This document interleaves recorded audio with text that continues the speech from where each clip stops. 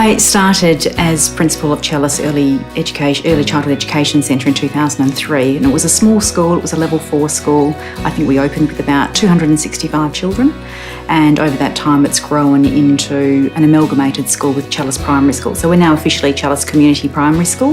We have an enrolment of just under 900, and I think I have about 115 staff working here.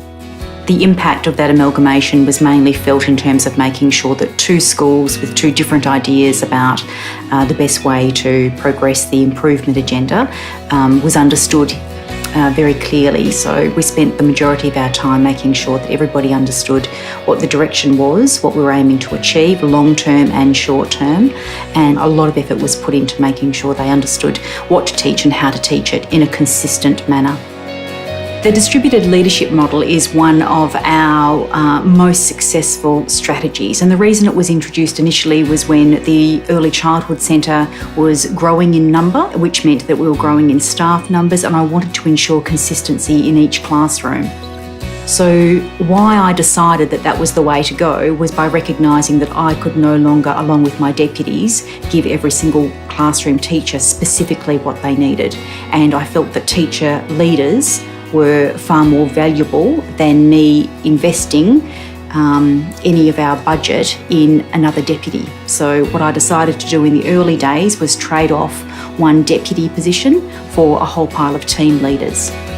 The strategy has been incredibly successful. The strategy now involves making sure that every year level has a team leader and every project in the school has a person leading it, and all of those people are all given time out of the classroom. As it turns out, it's every Monday, so they're all given 0.2 out of the classroom release time, and they all have a very specific JDF that they're expected to fulfil.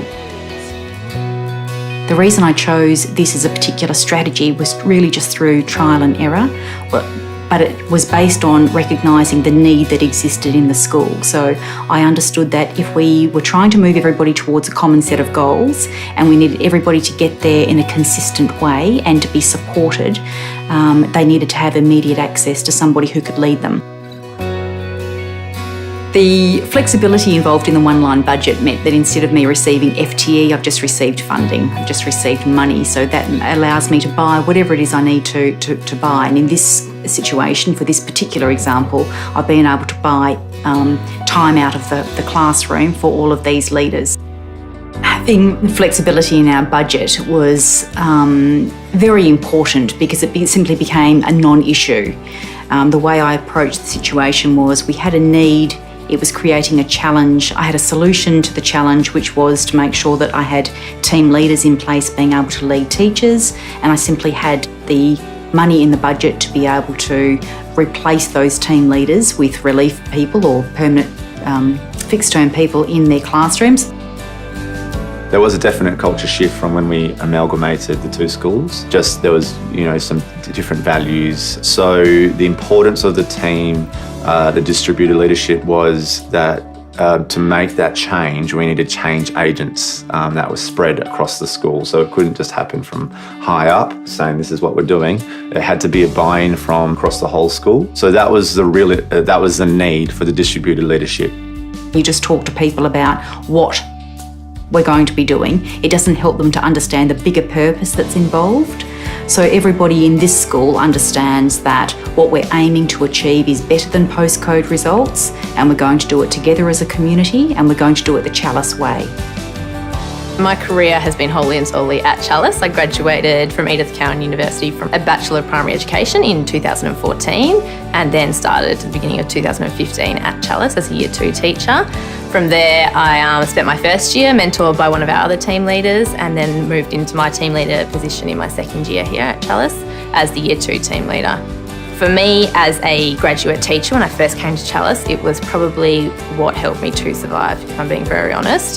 So I had a person in my team who was in that leadership role who had communication with the principal and our deputies as well as with us. So feeding information, a support person, so she was in my classroom all the time, supporting, mentoring, coaching, giving advice, praising me, giving me confidence basically in my teaching. So as a graduate teacher, it was very important for me to have that sort of support. I feel like my students are getting best practice because I'm constantly reviewing my teaching under people who have been trained, people who know these areas of teaching much better than me and who are equipped with the skills to show me the best practice. So for my day-to-day work, I feel more confident. I feel like I'm doing the right thing and I don't second guess myself as I would without a leader in place to model those strategies to me. Benefits to students would be that there is targeted attention on every single one of them all the time. So the team leader is a person that has communication from the principal and we're feeding things back into the rest of the staff within our team. So for the students, it means that their teachers are more focused on their achievement, basically. So in target setting meetings, the team leaders will sit down and we'll go through every student on that class list and discuss their social needs, their academic needs and things like that. So it means that there's a very student-centred focus and that there's a person within each year level targeting and directing the conversation back to student-based learning. I never really pursued leadership previous to going along this leadership journey, but as soon as I started, I absolutely loved it. It inspired me to be a better teacher, but also I realised I had a passion for leadership.